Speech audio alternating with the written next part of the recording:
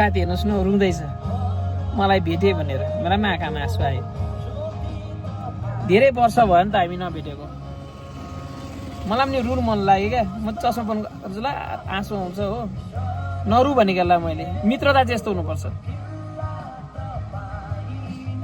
मानिस जेसुकै होस् जस्तो उचाउदामा पुगो जेसुकै गरोस् कर्म भुल्नु हुँदैन एकअर्कासँग मित्रता भुल्नु हुँदैन दिज आर द फ्रेन्ड्स यो हाम्रो मित्रता हो र यसलाई है डोमिनेट गर्ने मान्छे धेरै थियो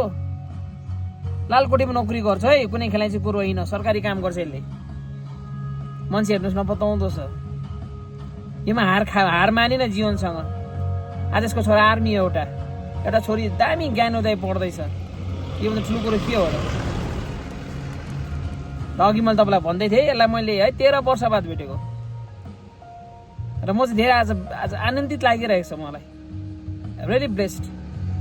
रुन मन लाग्छ है समय समय हामीले रुनु पनि पर्छ यस्तो समय हाम्रोमा घरिघरि रुने समय आउँदैन आज 13 र 14 वर्ष बाद भेटेको साथी फेरि म कहिले भेट्छु के थाहा म घरि कता है ट्राभलिङ छ आफ्नो जीवन जिउनै पर्छ भिडियो बनाएर चाहिँ म यसरी देखाउँछु मेरो मित्रताहरू सबै कुरो आशा गर्दैछु यतिको दिनमा है मेरो सम्पूर्ण मित्र मेरो सम्पूर्ण साथीहरूलाई है सबैलाई परमेश्वरले आशीष दिएको छ गड ब्लेस यु अल